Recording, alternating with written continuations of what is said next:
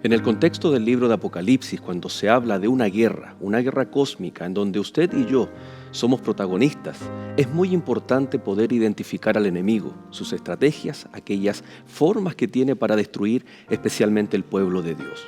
Por lo tanto, en la lección número 9 de esta temporada, que hemos estado hablando acerca del libro de Apocalipsis, vamos a estar hablando acerca del ataque del dragón hacia los escogidos de Dios, pero que no lo hace solo. Tiene también sus aliados. Por lo tanto, te invito a que te quedes y desde ya bienvenidos a Lecciones de la Biblia.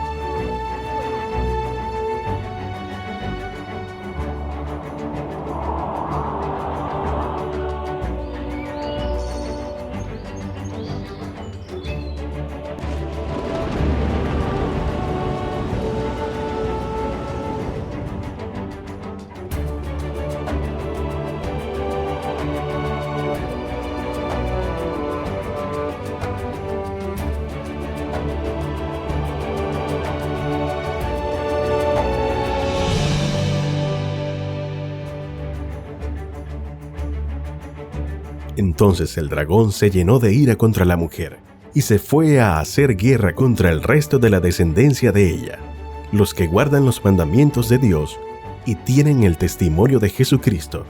Apocalipsis 12:17.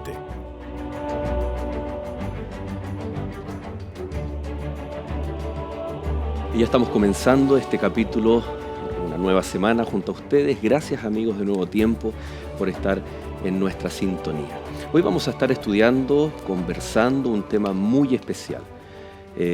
Como decíamos en la introducción, cuando estamos en una guerra es muy importante saber quién es el enemigo y qué es lo que está haciendo, cuáles son sus artimañas. Satanás y sus aliados es el título de la lección de esta semana. Y para eso vamos a estudiar juntos con nuestra hermana Jacqueline Candia. Hermana Jacqueline, muchas gracias por aceptar la invitación y bienvenidas a Lecciones de la Biblia. Muchas gracias. Y también está el pastor Edison Jaque. Gracias, pastor, por estar un capítulo más con nosotros. De nada, pastor. Una alegría de compartir nuevamente en esta nueva semana un tema tan especial como es este que vamos a considerar hoy. Así es. Bueno, contarle a nuestros amigos que este capítulo es muy especial para nosotros también, es histórico, porque es primera vez que tenemos a un matrimonio en Lecciones de la Biblia compartiendo acerca de la palabra de Dios, ¿no? Ustedes son matrimonio, cuéntenos, ¿cuántos años de matrimonio? ¿Cuántos hijos? Uy, del 81. 81. Desde el 81, 37 años. Sí. 37, 38 años de matrimonio. ¿Ya? Tres hijos. Tres hijos. Tres hijos, todos grandes ya. Tenemos la misma cantidad de hijos. Muy bien. Bueno, bienvenidos. Gracias por aceptar esta especial invitación. Para nosotros es, como decíamos, es un gusto poder contar con un matrimonio para hablar de la Biblia, ¿no? En próximas temporadas vamos a estar hablando acerca de la familia. Entonces este es un precedente muy importante para también, no solamente la temática de familia, tratarlas con familia, sino también temáticas de la Biblia. Porque la Biblia trasciende y tiene que llegar al centro del núcleo familiar también. Cuán importante es que los matrimonios oren juntos y que también estudien la Biblia juntos. Así que, querido amigo, vaya a buscar a su cónyuge, querida amiga, también, ¿no es cierto?, al padre, a los hijos y viceversa, porque qué maravilloso cuando estamos unidos estudiando la palabra de Dios. Así que vamos a comenzar con una oración. Pastor Edison, por favor, si nos dirige en oración.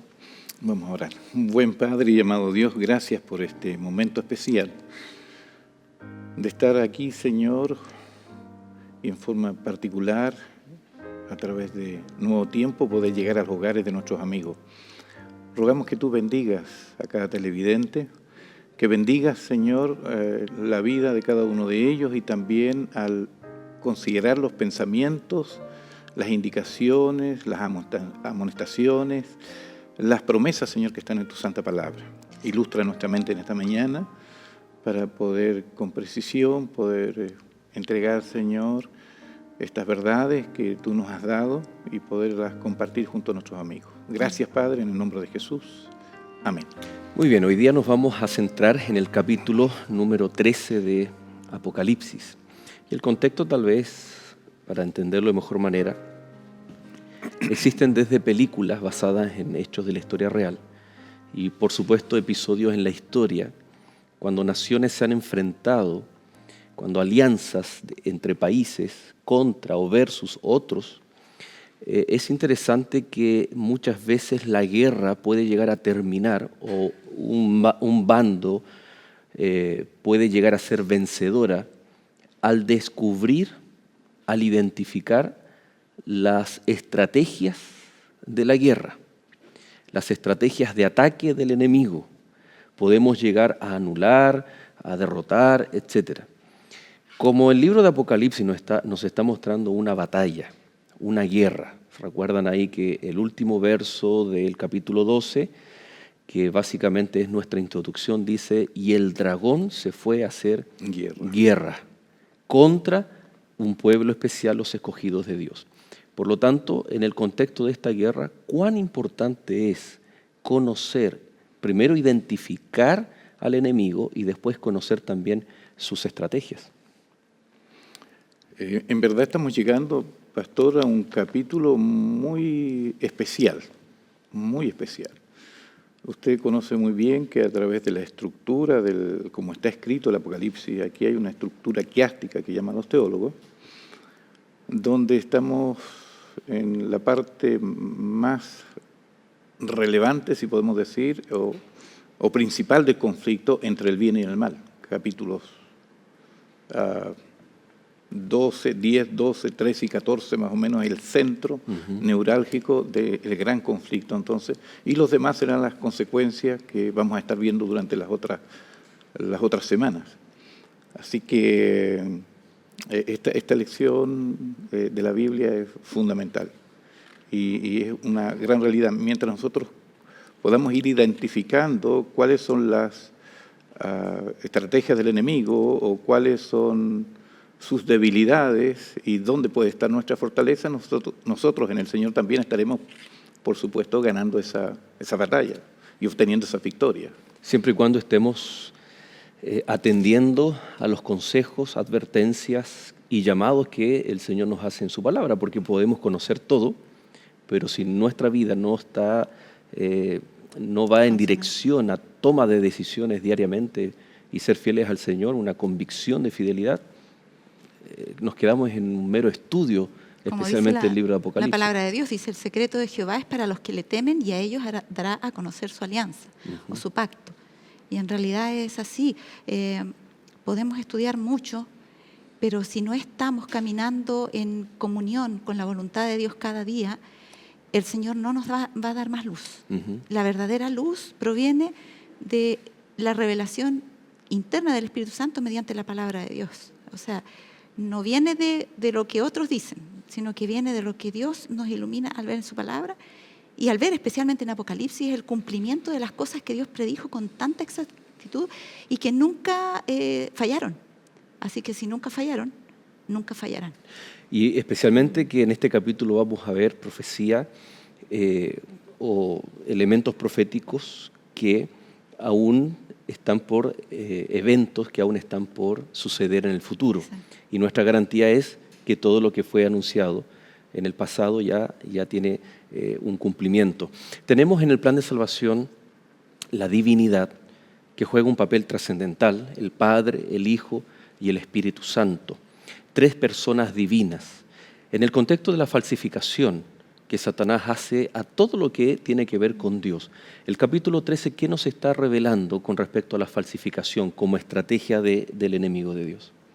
Bueno, aquí el dragón, vamos a ver en el capítulo 13, ya vamos a entrar, estas 2 bestias, una que surge del mar, otra que surge de un lugar despoblado, este triunvirato que constantemente va a estar siendo una parodia de la divinidad.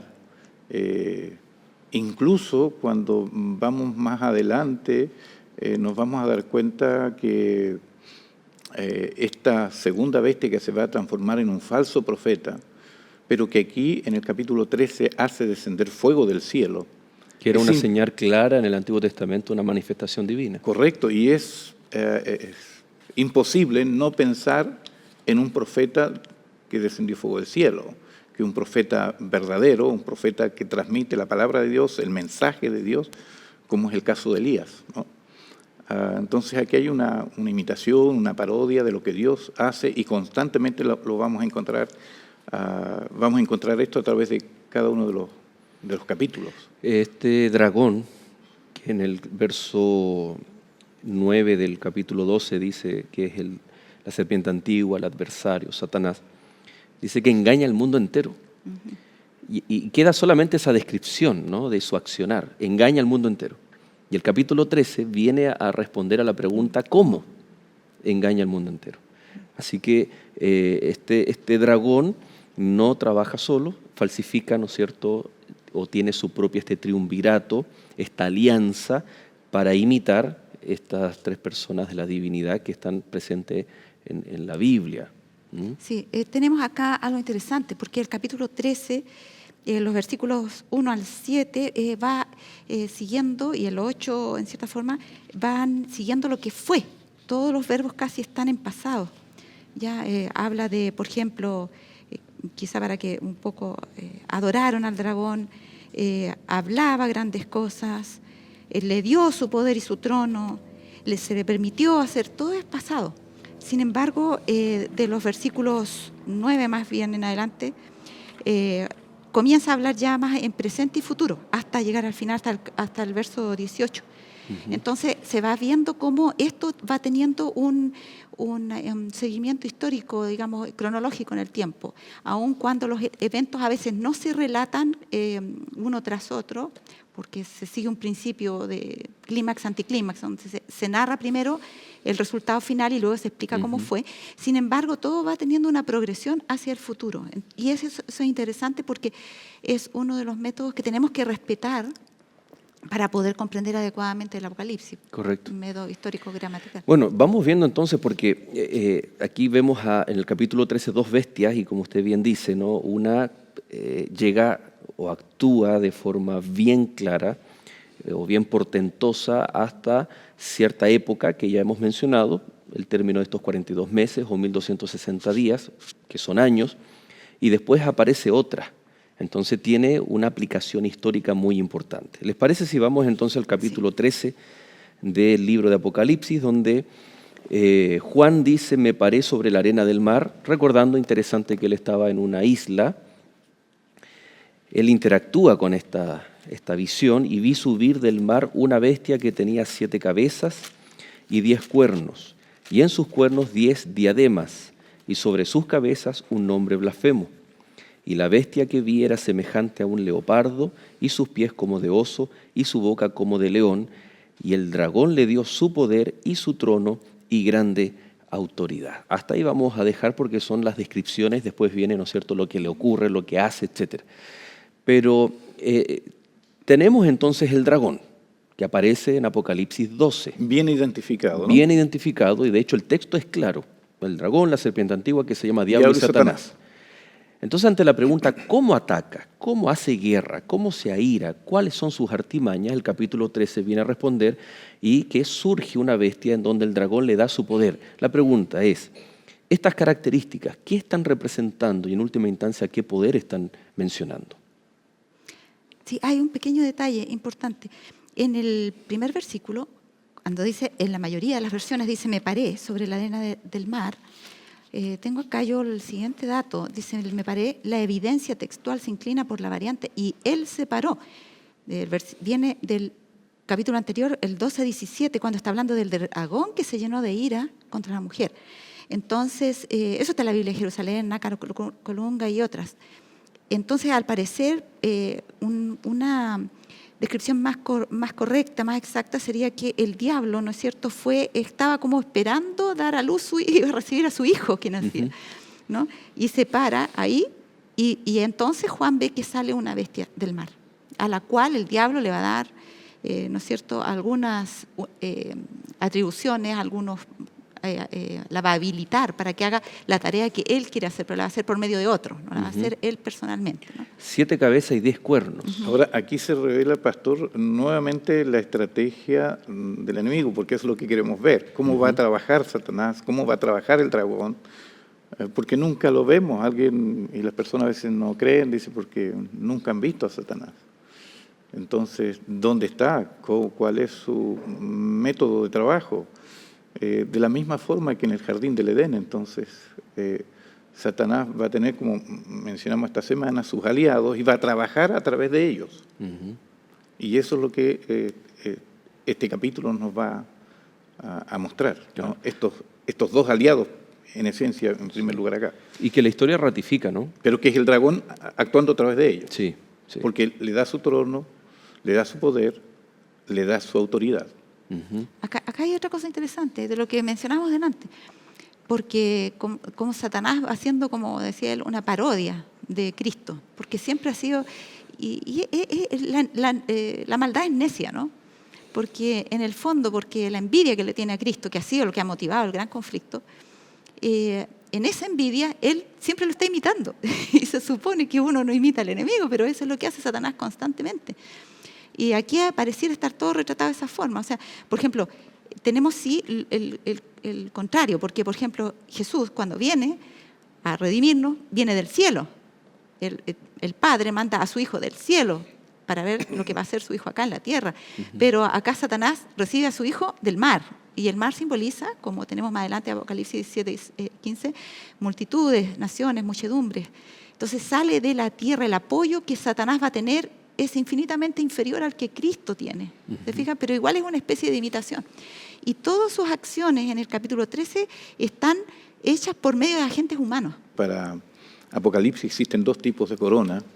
Las diademas, que son por derecho real, y los estéfanos, que son coronas de victoria.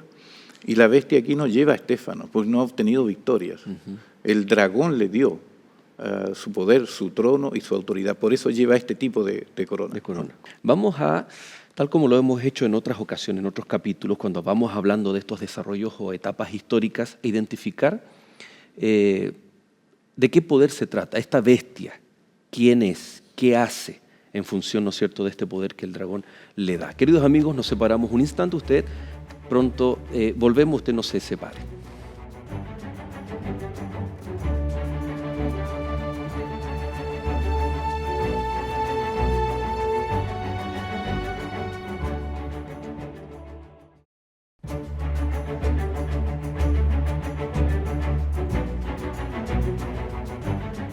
Y ya estamos de regreso, queridos amigos. Gracias por estar en compañía de Nuevo Tiempo, canal de esperanza aquí en Lecciones de la Biblia. Recordarles que pueden entrar en contacto con cada uno de nosotros, con nuestros programas, sus inquietudes, pedidos de oración, a través del correo electrónico esperanza@nuevotiempo.org. Estamos hablando acerca de Apocalipsis capítulo 13, esta bestia que surge del mar, que es parte de la alianza que el enemigo de Dios tiene para destruir al pueblo de Dios y para hacer engañar al mundo entero, como dice literalmente el capítulo 12. Una de los accionarios que tiene, y vamos a leer allí a partir del verso 5, también se le dio boca que hablaba grandes cosas y blasfemias, y se le dio autoridad para actuar 42 meses. Y abrió su boca en blasfemias contra Dios para blasfemar de su nombre, de su tabernáculo y de los que moran en el cielo. Y se le permitió hacer guerra contra los santos y vencerlos. También se le dio autoridad sobre toda tribu, pueblo, lengua y nación. Interesante aquí los accionares que esta bestia hace. Se le permite por 42 meses hacer blasfemia, atacar el nombre de Dios, el santuario, el tabernáculo y los que moran en ellos. ¿Cómo podemos explicar esta estrategia del enemigo? Hay un pequeño alcance que delante quería hacer un alcance, y es que quizá para ampliar un poco el concepto de blasfemia, si nosotros vemos Apocalipsis 2:9, no solamente se refiere a Dios mismo, sino a todo lo que es su embajador o su siervo, porque dice: yo conozco tus obras y tu tribulación y tu pobreza, pero tú eres rico. Y la blasfemia de los que se dicen ser judíos y no lo son, mas son sinagoga de Satanás. Entonces, es para entenderlo mejor, el Padre Nuestro, ¿no es cierto?, dice, santificado sea tu nombre. Yo santifico el nombre de Dios con lo que yo hago. Pero si yo llevo el nombre de Dios y desacredito a Dios, eso es blasfemia. Y eso era lo que decían esto, que decían ser judíos, o sea, del pueblo de Dios, judío espiritual en este sentido, pero no lo eran.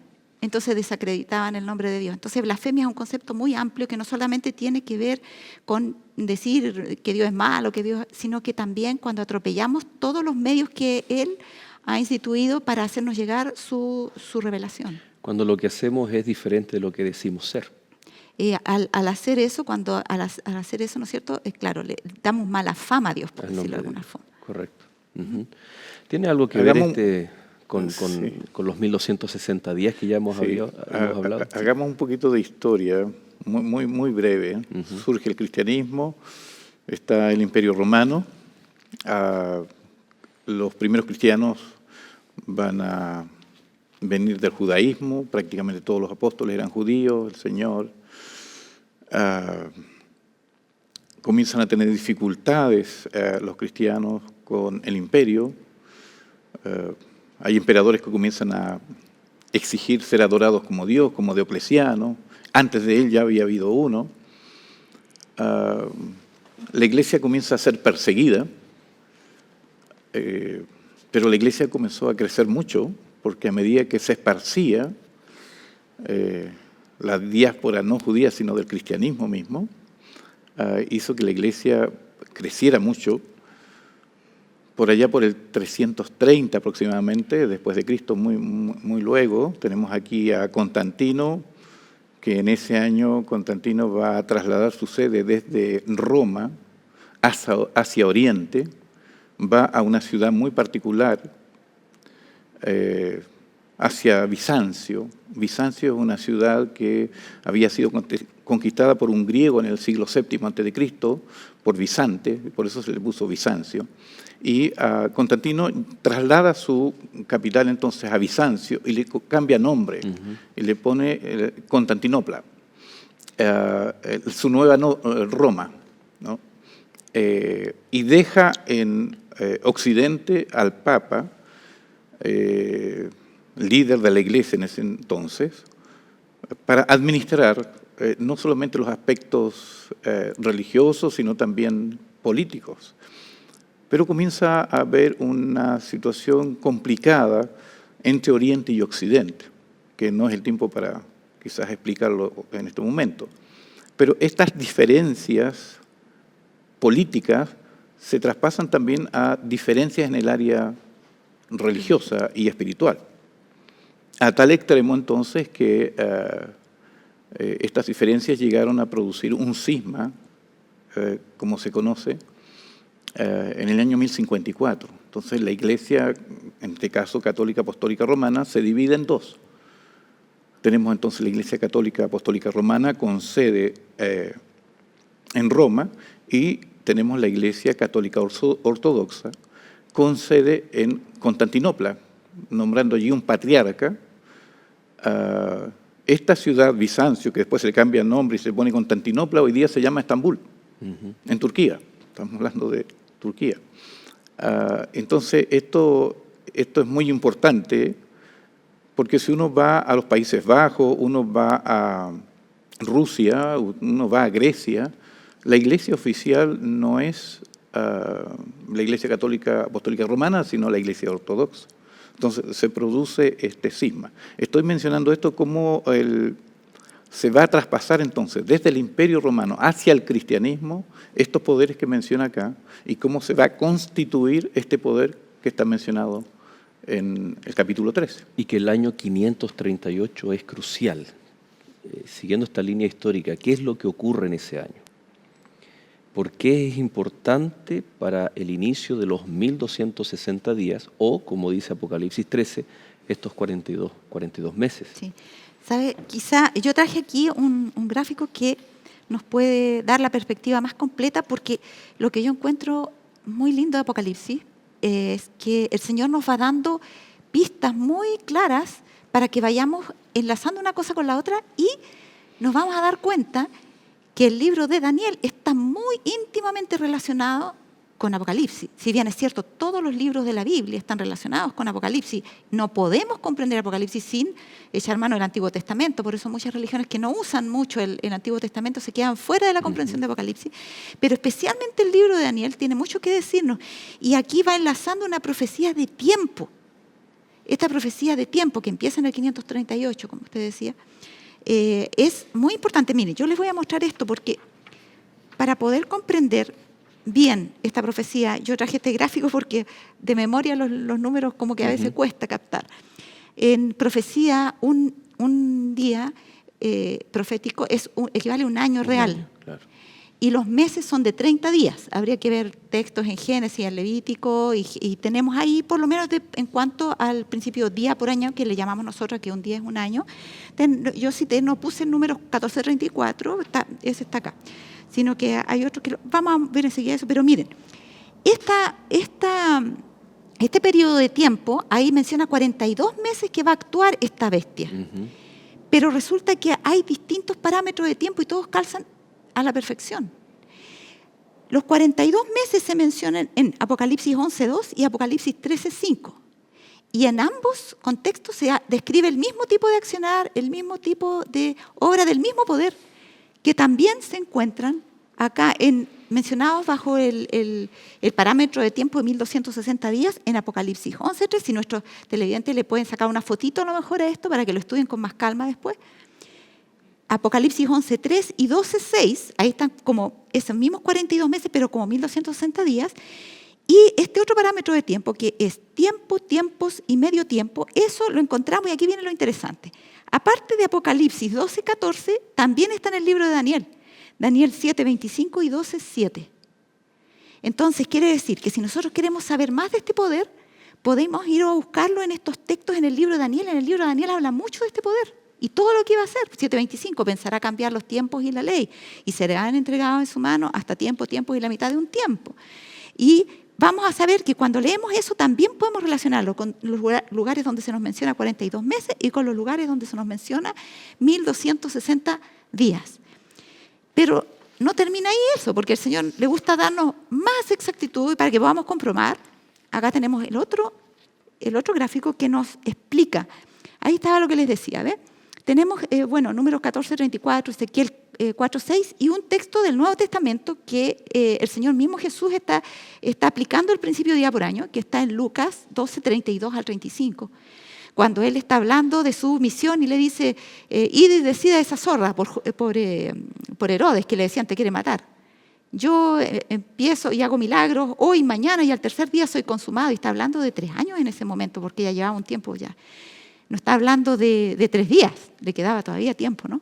Entonces está aplicando el principio día por año porque estaba profetizando de su muerte cuándo iba a ser. Y miren, está la profecía de tiempo y mitad de un tiempo es un año. ¿Se acuerdan Nabucodonosor cuando tuvo 7 tiempos como bestia? No fueron, como algunos pueden pensar, 1000 años, porque estaría 7000 años como bestia dando vueltas a Nabucodonosor, imposible. Era un tiempo, era un año. Y 7 tiempos era el tiempo que estuvo como bestia. Un año son 360 días, porque en profecía el año está compuesto por días, ¿no es cierto? 360 días. 2 años, que está dado en dual, digamos, no está hablando en plural indeterminado, sino de 2. Claro. Entonces tendríamos 720 días, que sería el doble de 360, y la mitad de un tiempo sería la mitad del año, la mitad de 360, que serían 180 días.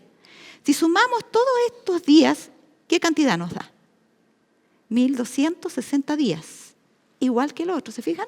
Es la misma profecía, entonces, es la misma repetida parámetros de tiempo. en diferentes claro. tres formas diferentes. Claro, exacto. Porque el 3 es muy importante en los libros proféticos, especialmente en Apocalipsis. Entonces, esto les dejo para Esta es la profecía entonces que va desde el año 538 al 1798. Y la pregunta, Joel, era, ¿qué pasó? ¿Por qué 538? Claro, en ese tiempo. Estábamos hablando entonces, estaba mencionando recién a Constantino, por el 330 traslada su sede entonces a Constantinopla.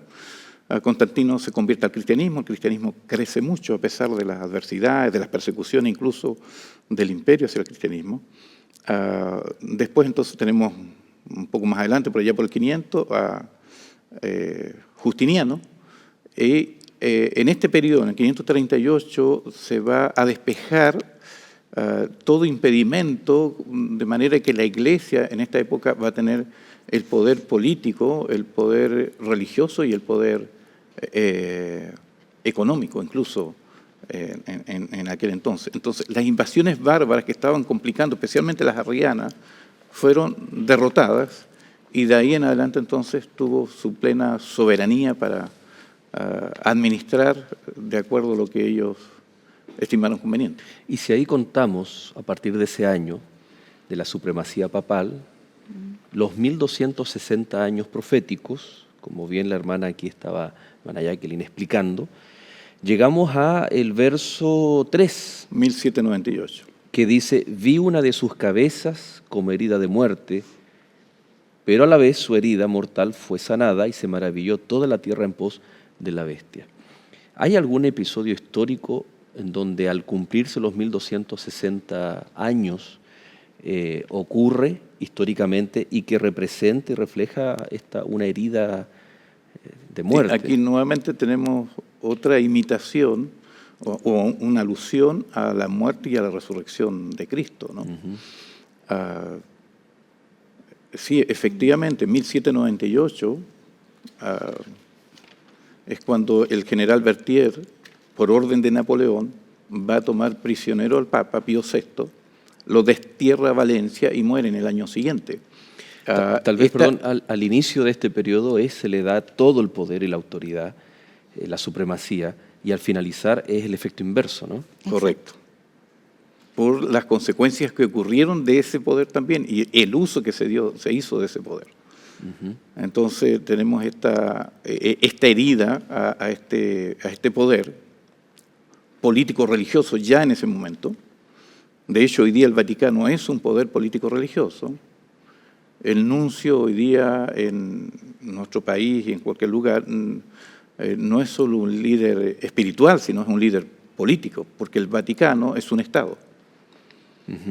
Y cuando dice el texto, verso 7, y se le permitió hacer guerra contra los santos y vencerlos, creo que a través de estos 1260 años se deja más que claro, de hecho hasta el mismo Papa ha pedido perdón en su momento por todas las cosas que se han hecho en contra de los cristianos. Quizás para los que tienen un poquito más de edad o no sé, el año 2000, el año del jubileo, en el caso de Juan Pablo II, era el año de pedir perdón por las cosas que se habían, digamos, directamente por las atrocidades que se habían cometido en el pasado. Sí. Y luego dice el verso 8, y la adoraron todos los moradores de la tierra cuyos nombres no estaban escritos en el libro de la vida del Cordero, que fue inmolado desde el principio del mundo. Si alguno tiene oído, oiga. Ese es un llamado para entender, Sí. ¿no? Sí, quizá un poquito, aquí se mencionan varias cosas, pero no hay tiempo para ir con cada una, porque, por ejemplo, el versículo 5, leo en adelante, primero hablaba grandes cosas y blasfemia, vamos a ver eso, y después también hablaba, en el 6 dice que las blasfemias eran contra Dios, pero para blasfemar su nombre, su tabernáculo, de los que moran en el cielo, y esos son varios detalles que yo solamente de todo traje uno, que es el más importante, que es las blasfemias contra Dios directo. Acá quiero mostrarles nuevamente este pequeño resumen. Entonces vamos a ver cómo en Apocalipsis y Daniel se repite y se amplía el panorama. Mutuamente, ¿no es cierto?, están en concordancia. Por ejemplo, en Apocalipsis, usando el periodo de 42 meses, se fijan ustedes, y acá el de tiempo, tiempos y la mitad de un tiempo describe el mismo accionar. En el 13:5 de Apocalipsis dice que hablaba grandes cosas y blasfemia, como hemos leído. Pero en Daniel 7:8 dice una boca que hablaba grandes cosas. ¿Se fijan que el mismo lenguaje? Grandes cosas sería arrogancias, o sea, se arrogaba cosas que solamente le pertenecen a Dios. En el 13:6 de Apocalipsis dice que las blasfemias eran contra Dios. Después habla del tabernáculo y el otro. En el 7:25 de Daniel dice que las palabras eran contra el Altísimo. El mismo concepto. En el 8:11 de Daniel dice que aún se engrandeció, perdón, contra el príncipe de los ejércitos, que sería la segunda persona de la divinidad, Cristo, que es lo mismo, el mismo concepto. Y en el 11:36 de Daniel habla que lucharía contra el Dios de los dioses, contra él hablaría maravillas o arrogancia. El mismo concepto. ¿Se fijan cómo se van complementando los dos libros?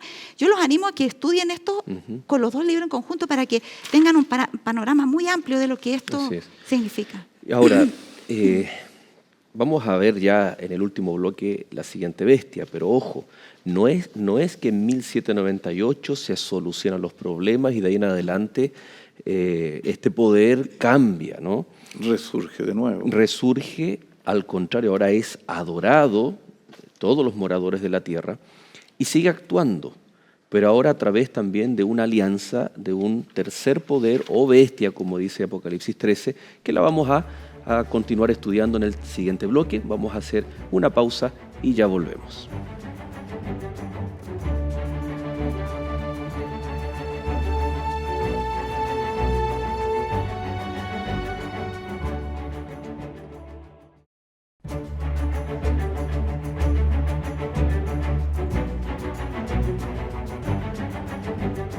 Actualmente hay mucha injusticia social. Los niños sufren maltrato.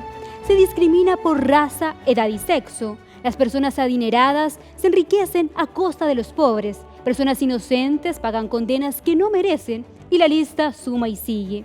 Estamos tan acostumbrados a esta realidad que pensamos que siempre va a ser así. Pero dice la Biblia que habrá un juicio divino y que cada uno pagará conforme a sus obras. Si el juicio es divino, ¿quiénes serán los testigos? ¿Quién será el juez?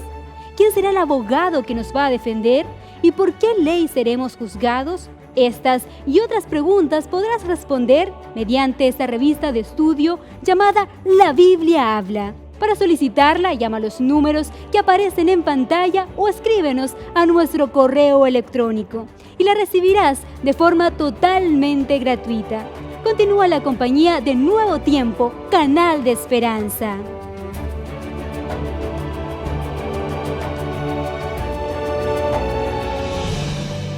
Muchas gracias por mantenerse en compañía de Lecciones de la Biblia. Recuerde que todas las semanas, todos los programas tenemos una invitación muy especial para cada uno de ustedes. ¿Te gustaría compartir lecciones de la Biblia en vivo y en directo con un grupo de amigos? Bueno, a través de esta página www.encuentraunaiglesia.org usted puede accesar a ese sitio web y encontrar, primero poner tu dirección, pon ahí tu dirección, y va a salir la iglesia adventista más cercana a tu domicilio. ¿Sabes por qué? Porque cada sábado en la mañana estamos estudiando lecciones de la Biblia en un grupo de amigos dentro de las iglesias, de los templos. Así que te invitamos para que te puedas acercar confiadamente. Un grupo de amigos va a estar dispuesto a recibirte, darte la bienvenida y poder compartir este material muy, pero muy especial, que es la Biblia. Y que se complementa también con el material de Biblia Fácil Apocalipsis, que también, ¿no es cierto?, es un lindo material que durante todo este trimestre estamos recomendando que se pueda solicitar. Incluso podrían solicitar cuando vayan la guía de estudio de lecciones de la Biblia también. También, exacto, sí, puede ser a través... Porque ese es un material que va a estar impreso, estos mismos diagramas que se han estado mencionando están ahí en esa guía de estudio y va a ser de una tremenda bendición. Interesante que en algunas iglesias, la gran mayoría, se dictan también seminarios de Apocalipsis, ¿no? De hecho, usted pastor, en todas sus iglesias, no solamente un seminarista, sino también que produce material, así que después vamos ahí con un pendrive a compartir materiales. Bien, queridos, el bloque anterior quedamos en que este enemigo de Dios, esta bestia identificada como el sistema político-religioso, el papado, ¿no? La Iglesia Católica Romana, se extendía con este actuar contra el pueblo de Dios. Y la pregunta es, ¿terminaba su actuar en 1798 o continúa? Sin lugar a duda que no. Y es la forma que estamos mencionando como el dragón está trabajando. En última instancia, en el fondo, es el dragón el que está... Porque eso es lo que estamos mencionando. Los aliados del dragón, cómo el dragón trabaja. Ellos no trabajan por voluntad propia, sino que el dragón está trabajando a través de ellos, ¿no? Sin lugar a duda que no termina en 1798. Hay una herida de muerte, pero su herida mortal fue sanada y se van a restablecer después, en tiempo de Benito Mussolini, en 1929, los estados pontificios, recuperando una buena parte, no su totalidad, pero del poder que se tenía anteriormente. Uno de los textos, perdón, antes de, es, y adoraron al dragón que había dado autoridad a la bestia. Ahí está la secuencia. Sí, exacto. Entonces aquí el protagonista en primera línea no es la bestia, sino que es el dragón. El dragón que mueve a través de ellos. Interesante, ¿no? Sí. Le da esa autoridad y después la gente, los adoradores a la bestia dicen, ¿quién como la bestia y quién podrá luchar contra ella? Perdón, algo pequeñito. Es verdad que el dragón está trabajando a través de estos poderes en forma gráfica, como está dado aquí en la Escritura, pero tenemos que ser cuidadosos porque el dragón también podría trabajar a través de nosotros, ¿no? De hecho, un día el Señor le dijo a Pedro, aléjate de mí, Satanás. De ahí entonces a mantenernos en esta intimidad, en este caminar, en esta sujeción a la autoridad de la palabra de Dios. Sí, tocaste un punto delante importante porque al hablar del dragón tenemos que considerar que el dragón no es solamente Satanás, cuando habla aquí del dragón, sino que los poderes mediante los cuales actúa. Tenemos, por ejemplo, en Apocalipsis 12, el dragón que se llenó de ira contra la mujer, también había tratado de matar al niño cuando la mujer estaba encinta, o sea, a Jesús, pero fue arrebatado para Dios y su trono. Y vemos que el que quiso matar a Jesús no vino Satanás en persona a matarlo, sino que fue por medio del emperador. Claro. Herodes mandó matar a todos los niños menores de 2 años o 3 años para matar entre ellos al Mesías. Correcto. ¿Se fija? Entonces así vamos a ver que ahora también se va a manifestar, pero va a especialmente al final dar un vuelco porque va a dejar a su representante en cierta forma trabajando, pero se va a manifestar por medio del paganismo y el espiritismo en forma más directa. Y ahí es donde dice, en ese contexto, que después de 1798, o al menos en ese contexto, porque los cambios históricos son procesos, ¿no? Si bien hay hitos históricos, fechas, y que quedan muchas veces grabados cuando uno va a una ciudad de visita, de turismo, y uno va a un monumento, hay una fecha, por ejemplo, de una guerra, pero es un proceso de guerra que puede durar incluso años. Por lo tanto, debemos considerar el tiempo que rodea a una fecha en particular, en este caso 1798. Es como también la independencia de un país, como es la segunda bestia que vamos a ver, ¿no? Bueno, dice ahí el verso 11, después vi otra bestia que subía de la tierra y tenía 2 cuernos semejantes a los de un cordero, pero hablaba como dragón.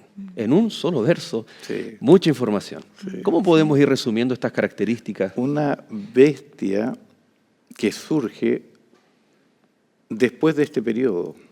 Después de esta herida de muerte, y el símbolo 1798. Y el símbolo es completamente diferente. Entonces busquemos qué poder con estas características, un poder joven, nuevo, que potencia surge. Aparentemente inofensivo. Y cristiana porque es un cordero, nuevo porque es un cordero, no es una oveja. Uno de los anteriores, león, oso, claro, no tiene nada que ver con eso. Entonces en su plena juventud. Y cuando uno busca en el mundo qué poder se levanta semejante a este poder anterior que hemos estado viendo, no tenemos otro que Estados Unidos de Norteamérica.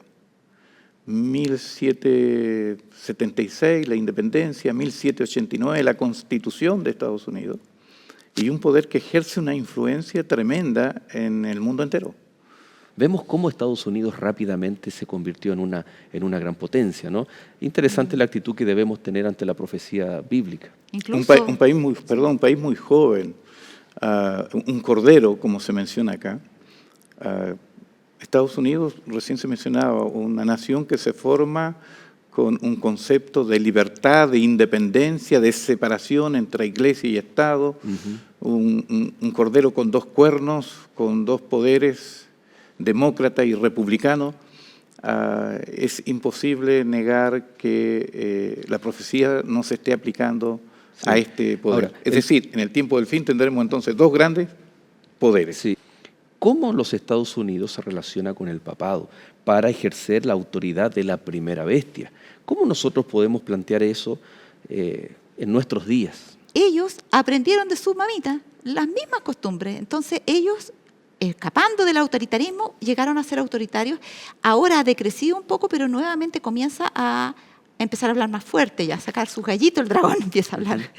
¿No es cierto? ¿Por qué? ¿Qué pasó? Que cuando llegaron ellos prohibían incluso a tomar cargos públicos a alguien al que no asistiera a los cultos de la iglesia en domingo. Todos los domingos tenían que estar. No se podía, por ejemplo, alguno quiso hablar de libertad religiosa y tuvo que arrancar porque lo querían linchar, porque no se metiera a hablar de esas cosas. Uno de los aspectos interesantes también es que infunde aliento y hace grandes señales y maravillas. ¿En qué, ya en los últimos minutos que quedan de este bloque, en qué contexto nosotros tenemos que también estar preparados para identificar aquellas señales, falsas señales y falsos milagros? Mencionamos que este poder que surge de la tierra, ahora esta bestia, se transforma posteriormente en los capítulos que vamos a ver hacia adelante en el falso profeta. Y un profeta falso es un profeta, Jesús nos advirtió sobre eso, digamos un profeta verdadero, aquel que transmite el mensaje de Dios para sus hijos. Un profeta falso es que transmite un mensaje que Dios nunca le ha dado. Y una de las cualidades de este poder es que realiza milagros, señales y ejerce su autoridad no para que se le adore a él, sino para que se adore a la primera bestia. Exacto. Ahora, hay otra cosa de ahí, y es que si nosotros vemos Apocalipsis 19:20, que se complementa con esto, dice que la bestia fue apresada y con ella el falso profeta que había hecho delante de ella las señales con las cuales había engañado a los que recibieron la marca de la bestia y habían adorado su imagen.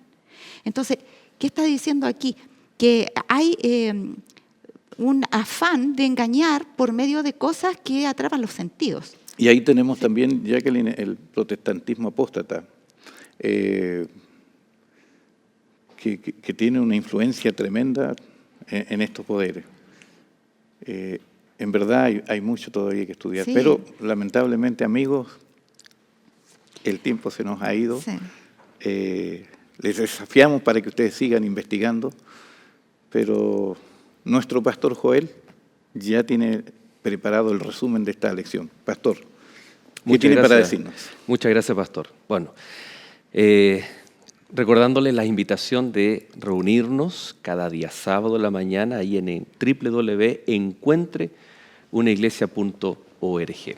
Queridos amigos, es el capítulo 13, un capítulo muy desafiante, porque debemos estar dispuestos a ser guiados por la palabra de Dios para tomar aquellas decisiones. En posteriores capítulos vamos a hablar del llamado que Dios nos hace, de tomar decisiones trascendentales. Si tú te das cuenta de que hoy estás viviendo engañado, porque ¿sabes qué? A nadie le gusta que le digan que está engañado. No nos gusta reconocer que hemos sido producto de un engaño. Pero no hemos dado cuenta que la estrategia del enemigo es engañar al mundo entero. Y lo hace, como podemos ver acá, a través del dragón, de la bestia del mar y la bestia que surge de la tierra. Ya sea con poderes religiosos, falsas doctrinas, incluso hasta falsos milagros. ¿De qué forma podemos identificar lo falso de lo verdadero? Siempre y cuando estemos cimentados en la palabra de nuestro Dios. Pues bien, hablábamos de que la bestia del mar, cuyas características son las mismas que aparecen en Daniel capítulo 7. Y en Daniel capítulo 7 se habla primero de un imperio, el imperio babilónico, el imperio de los medos, los persas, Grecia, Roma. Y en este contexto, en el contexto de Roma, surge entonces la bestia del mar que persigue a los cristianos durante 1260 años y además también tiene una marca. En los últimos versos del capítulo 13 de Apocalipsis está señalada que y lo vamos a decir así, ¿no? La coronación de todos aquellos que son engañados van a recibir la marca de la bestia, que es todo lo contrario de la fidelidad a Dios, es la fidelidad al enemigo de Dios, ¿no? El famoso 666, un número de hombre, es un número simbólico que está representando entonces este engaño.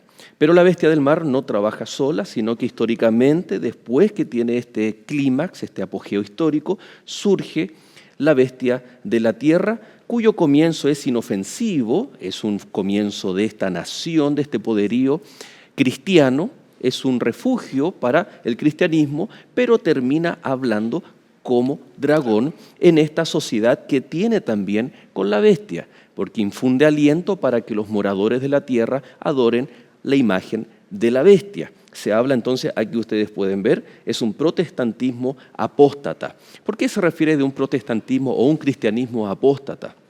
Más adelante aparece una mujer vestida de rojo versus la mujer vestida de blanco del sol de justicia en Apocalipsis capítulo 12. Una mujer vestida de rojo, como una prostituta, se ha contaminado. Y cuando el capítulo 17 le llama la madre, la ramera y la madre de las rameras, es decir, tiene hijas.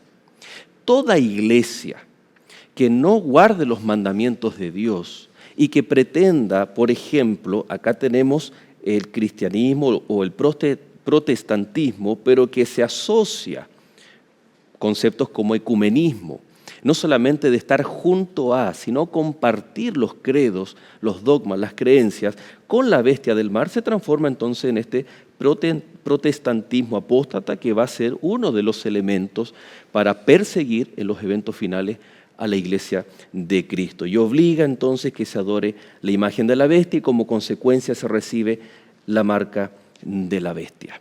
En capítulos anteriores nosotros hablamos de cuál es el sello de Dios, esa fidelidad a nuestro Padre Celestial. Querido amigo, pero la invitación, ¿sabes cuál es? Aquí vimos un triunvirato, el dragón, la bestia marina y la bestia terrestre, que es una falsa imitación del Padre, del Hijo y del Espíritu Santo. Un día Pablo, cuando estuvo terminando una de sus cartas a sus destinatarios, escribe que debemos siempre estar en el amor del Padre, en la gracia de Cristo Jesús y en la comunión del Espíritu Santo.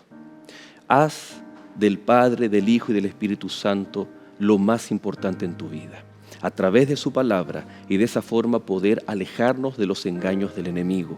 El amor del Padre se manifiesta en haber enviado a su Hijo para ser tu Salvador. La gracia de Jesucristo se materializa en la cruz del Calvario y en su ministerio sumo sacerdotal, al darnos algo que no merecemos, y es la salvación por gracia.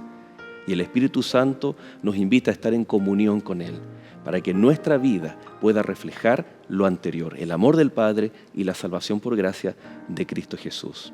¿Sabes para qué? Para no solo identificar al enemigo, sus estrategias, sino para refugiarnos en Cristo Jesús y poder pedirle: Señor, en esta guerra, en esta batalla, yo quiero ser vencedor, pero para eso tú tienes que tomar una decisión de fidelidad. ¿Estás dispuesto a decidir por Cristo en esta hora? Te invito a que podamos juntos orar. Querido Padre, buen Dios, gracias por tu palabra, porque nos muestra no solo las estrategias del enemigo, sino que nos muestra el poder de Cristo Jesús, quien venciendo en la cruz y trabajando arduamente en su ministerio sumo sacerdotal por nuestra salvación, hoy abre sus brazos para recibirnos tal y cual como estamos, para sentir el amor del Padre, para vivir bajo la gracia de Cristo Jesús y en comunión con el Espíritu Santo, que Él nos pueda guiar a una vida que te honre y que te glorifique. Que esa sea nuestra decisión en esta hora, pues lo rogamos en el nombre poderoso de Jesús. Amén. Amén. Amén. Amén. Querido pastor, hermana Jacqueline, ha sido un lindo capítulo. Muchas gracias por habernos acompañado. Que el Señor les bendiga juntos en el ministerio que llevan como matrimonio, ministerio pastoral, ¿no? Muchas gracias. Y queridos amigos, que el Señor les bendiga. Será hasta un nuevo capítulo aquí en Lecciones de la Biblia y sigan compañía de Nuevo Tiempo, canal de esperanza. Que Dios les bendiga. Nos estamos viendo.